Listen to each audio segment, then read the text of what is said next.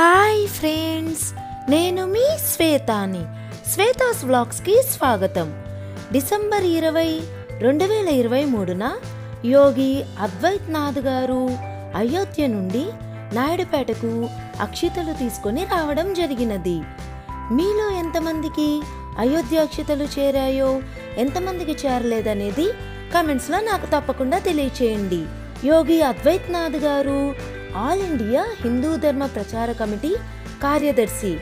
వీరు వచ్చిన సందర్భంగా నాయుడుపేటలో ఒకే ప్రాంగణంలో ఉన్న అన్ని ఆలయాలను సందర్శించి అక్షితలను అన్ని ఆలయాలకు తీసుకొని వెళ్ళి హారతులు ఇచ్చి భక్తులకు పంచిపెట్టారు.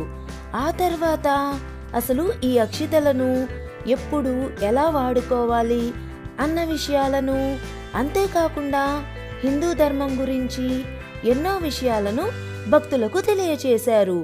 నాకు కొంచెం ఆరోగ్యం బాగలేక వీడియో అప్లోడ్ చేయడం కొంచెం ఆలస్యమైంది, ఏమీ అనుకోకండి.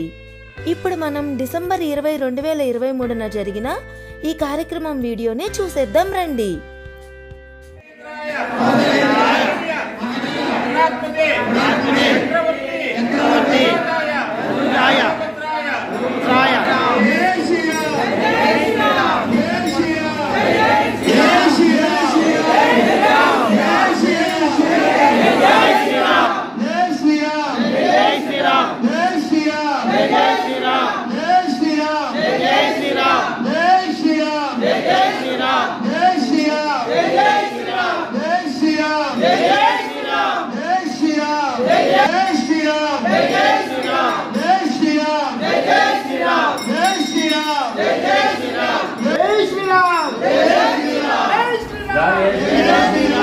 ब्रह्म विष्णु भुवासुनंबराहुति जगदात्मन कन्यका परमेश्वरम।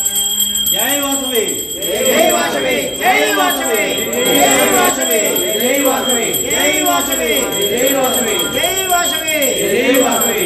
जय नमः शिवाय नमः, सर्वभूत हितप्रदाय नमः, संताय नमः। श्री वासवी देवी माता की जय, श्री वासवी देवी माता की जय, श्री वासवी देवी माता की जय, श्री वासवी देवी माता की जय, श्री वासवी देवी माता की जय, श्री वासवी देवी माता की जय। नमस्ते भगवान विश्वेश्वराय महादेवाय त्र्यंबकाय त्रिपुरांतकाय त्रिकाग्निकालाय कालाग्नि रुद्राय नीलकंठाय मृत्युंजयाय सर्वेश्वराय शिवाय श्रीमन्महादेवाय नमः। हर हर महादेव।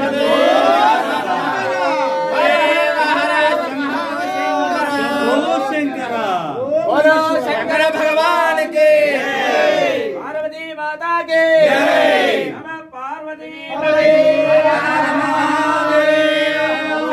जातम प्रवज्जामि यज्जो जाताय प्रवते नमो नमः। भवे भवे नादु भवे ओम जातवेदसे सुनवाम सोमवरादे स्वस्ति भरत दुर्गाणि विश्वा ओसा प्रत्ये बहुलान सर्वे भगातो गायत्रया श्रीयो विश्वानि न दुर्गः जातवेदस्मिन् नामादर्ताति परिशे अग्ने त्रिवन्मनसा गृणानास्माकं बोद्धिविदातनोनां प्रतनाय जगुं सहमानमुग्रमग्निगो हवेम परमाच्छदस्ता चहोतानभ्यश्च तत्से स्वाञ्चाग्नेतनवं विप्रयस्वास्मभ्यं च सौभगमाय जस्वा कांताय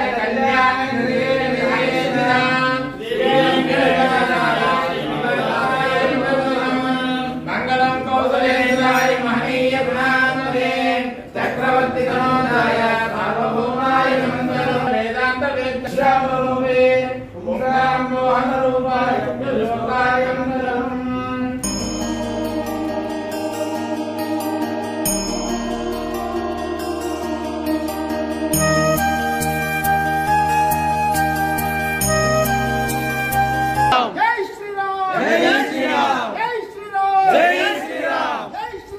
जय जय श्री राम, जय जय श्री राम, जय जय श्री राम, जय जय श्री राम, जय जय श्री राम, जय जय श्री राम, जय जय श्री राम, जय जय श्री राम, जय जय श्री राम, जय जय श्री राम, जय श्री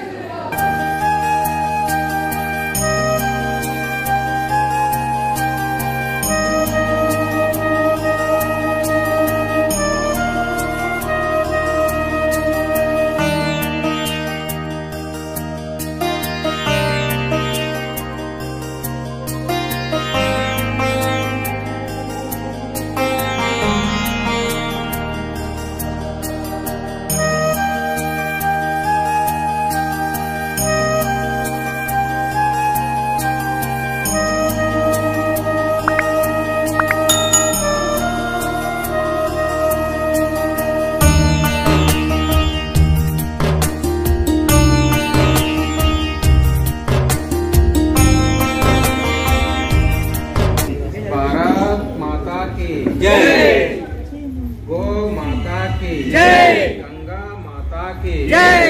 भारत माता की जय। जय श्री राम। जय जय श्री राम। जय श्री राम। जय जय श्री राम। जय श्री राम। जय जय श्री राम। చాలా సంతోషం. మీ అందరికి వినిపిస్తుందా? వినిపించకపోతే దగ్గరకు వచ్చేయండి. రండి, ముందుకు రండి. అయిన తర్వాత భారతదేశంలో మనందరికీ తెలుసు ఒక సోమనాథ ఆలయం గ్రామం మొత్తం దానికి ముందు నిలబడితే పోత పోయిబడి ఆ ఆలయాన్ని దోచుకొని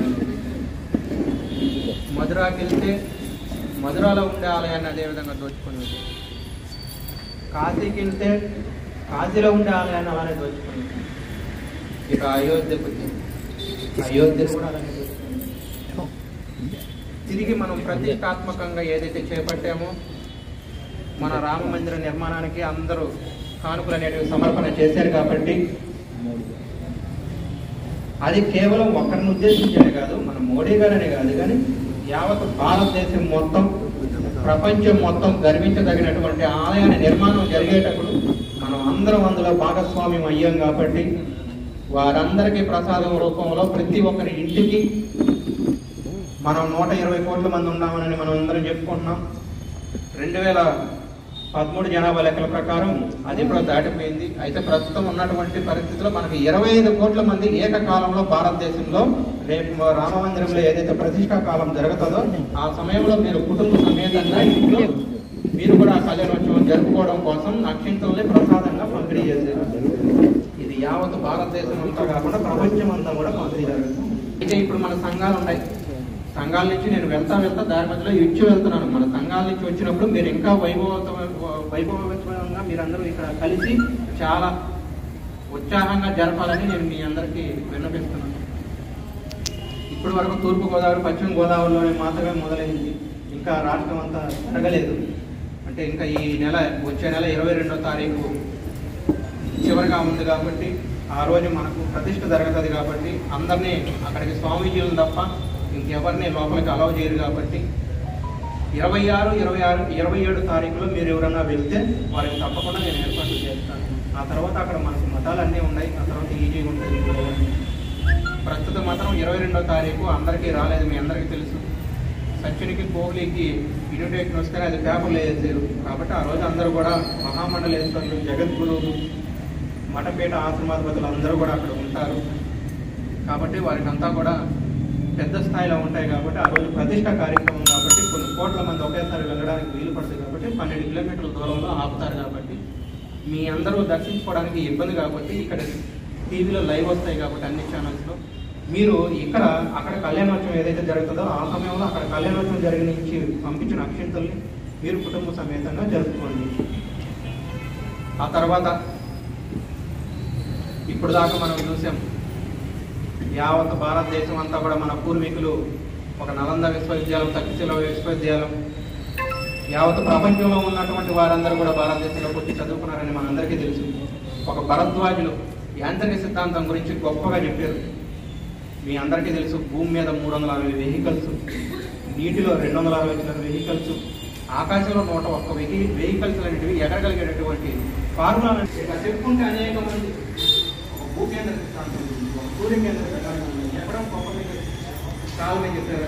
భారతదేశంలో వదంతి, భాస్కరాచార్యులు, ఆర్యభట్ట మన పూర్వీకులు అనేక మంది తెలియజేస్తున్నారనే విషయం మీ అందరికీ ఒక వాస్తు మన వాళ్ళకి తెలియదు. మరి ఆ రోజుల్లో ఎట్లా నవగ్రహాలు ఉన్నాయని ఇప్పుడు గ్రహాలు ఎన్ని ఉన్నాయి? గ్రహాలు ఎన్ని ఉన్నాయంటే 8. ఇప్పుడు ఉన్నటువంటి పిల్లలు చూసేది 2008లో ప్లూటో గ్రహాన్ని చూపించారు. గ్రహం పోవడానికి ఎందుకు అని అంటే అది ప్రకృతి గ్రహం. ఇప్పుడు మళ్ళీ అత్యంత దూరంలో ఇంకొక గ్రహం పెడతా ఉంది. మీరందరూ చదువుకున్న వాళ్ళు చాలా మంది ఉన్నారు కదా. నేను ఏదైనా చెప్పేసి అసత్యం చెప్పినట్టు ఖచ్చితంగా దానికి ప్రశ్నిస్తారు. ఏదైనా చెప్తే అది శాస్త్రవంతంగా ఉండాలి, సమానంగా ఉండాలి. వేదగణితం ఉంది. వేదగణితం ఎక్కడి నుంచి వచ్చింది? మన పూర్వీకులు తయారు చేసిన దాన్ని ఈరోజు 4 డిజిట్స్ మల్టిప్లికేషన్తో ఫోన్లో కూడా మనం ఆన్సర్ చేస్తాం.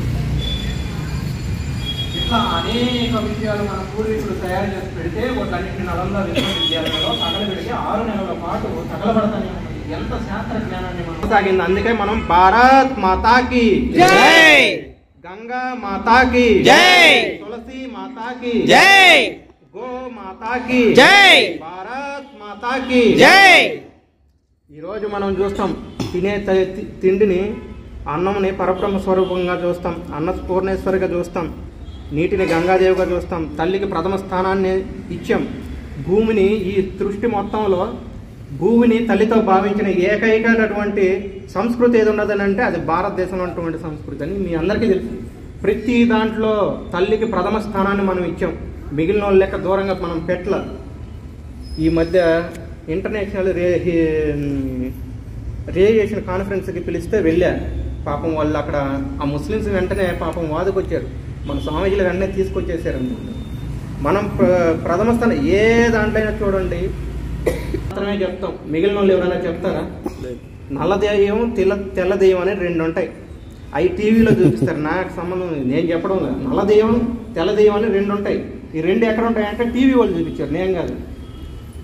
ఇట్లానే ఈ ప్రపంచం మొత్తం కూడా ఒక ప్రాంతంలో ఒక హింస జరిగిందనంటే అది ఎవరు చేస్తుంటారని అంటే నల్లదెయ్యం ఒకటి ఉంటుంది, తెల్లదెయ్యం ఒకటి ఉంటుంది.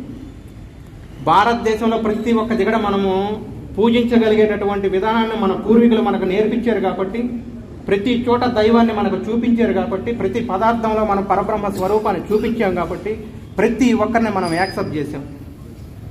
ఇవన్నీ విషయాలను మనం మర్చిపోయి 5,000 మంది యూరోప్ కంట్రీస్ నుంచి వచ్చి భారతదేశం అంతా జయించారు, 5,000 మంది అరబ్ కంట్రీస్ నుంచి భారతదేశం అంతా జయించారు. మనం ఇంకా కూడా అట్లానే ముందుకెళ్తున్నాం. ఈరోజు మనం చూసాం కేరళలో ఇది ఇంకొక 2030కి ఇస్లాం స్టేట్ అవుతుందని బహిర్గతంగా చెప్తా ఉన్నాడు. ఇంకొక పక్క చూసాం జమ్మూ కాశ్మీర్లో గందరగోళం జరుగుతూ ఉన్నది, ఇంకో పక్కన పశ్చిమ బెంగాల్లో గందరగోళం ఉంది. మొన్న చూసాం గందరగోళం ఉంది. ఇక్కడ పరిస్థితులు నేనేం మాట్లాడను, ఎందుకంటే వివిధ పార్టీల్లో ఉంటారు కాబట్టి వాటి గురించి నేనేం ప్రస్తావన చేయాల్సిన అవసరం లేదు. కానీ మన సాంప్రదాయాలు మన సంస్కృతికి అనుగుణంగా నడవలేని ఏ లీడర్ అయినా సరే దేశద్రోహిగా నేను ప్రకటన చేస్తాను. ఈ దేశాన్ని మత ప్రాతిపదికన రిజర్వేషన్లు అనేటివి లేకుండా మత ప్రాతిపదికన దేశాన్ని 3 ముక్కలు చేశారని మీ అందరికీ తెలుసు కదా. మత ప్రాతిపదికన 3 ముక్కలు చేసిన దేశంలో మళ్ళీ మత ప్రాతిపదికన మీకు రిజర్వేషన్లు ఇవ్వడం అనేది కరెక్టేనా?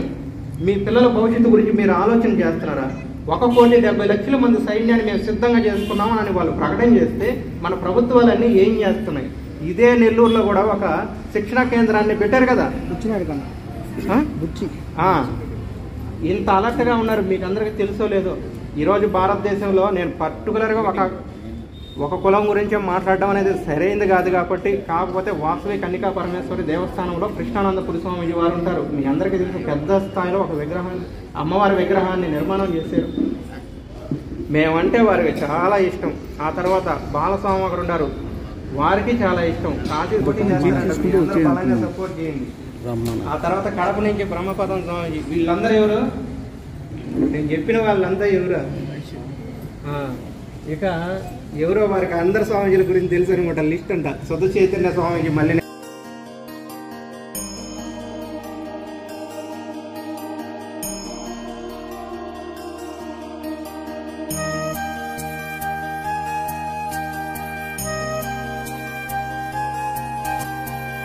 ఫ్రెండ్స్, యోగి అద్వైత్నాథ్ గారు చేసిన పూజా కార్యక్రమాలను, భక్తులకు పంచిపెట్టిన అక్షితలను, అలాగే వారు ఇచ్చిన ప్రసంగాన్ని అందరూ చూశారు, విన్నారు కదా ఫ్రెండ్స్. మీ అందరికీ కూడా అయోధ్య నుండి శ్రీ సీతారాముల వారి అక్షితలు అందాయా? మీలో ఎంతమందికి ఈ అక్షితలు అందాయి? ఎంతమంది తీసుకున్నారు, ఎంతమంది తీసుకోలేదో నాకు కమెంట్ చేయండి. ఈ వీడియో మీకు యూస్ఫుల్ అనిపిస్తే తప్పకుండా లైక్ చేయండి, షేర్ చేయండి. ఇప్పటి వరకు నా ఛానల్ని సబ్స్క్రైబ్ చేసుకొని వాళ్ళు తప్పకుండా సబ్స్క్రైబ్ చేసుకొని మీ విలువైన సలహాల్ని, సూచనల్ని కమెంట్స్లో నాకు తెలియచేయండి. Thank you for watching friends.